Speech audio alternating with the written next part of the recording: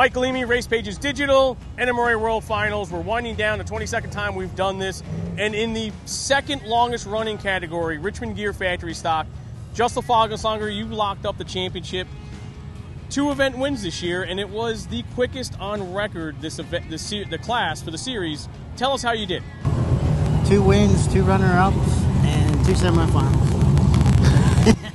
It was a battle. Talk to us about the competition that the 2-valve and other Coyote cars brought this season. Stiff competition. The Gen 2, the 2-valve, the Gen 1 with a stick, the whole stiff competition. A little bit of variety, a little bit of everything. Yeah.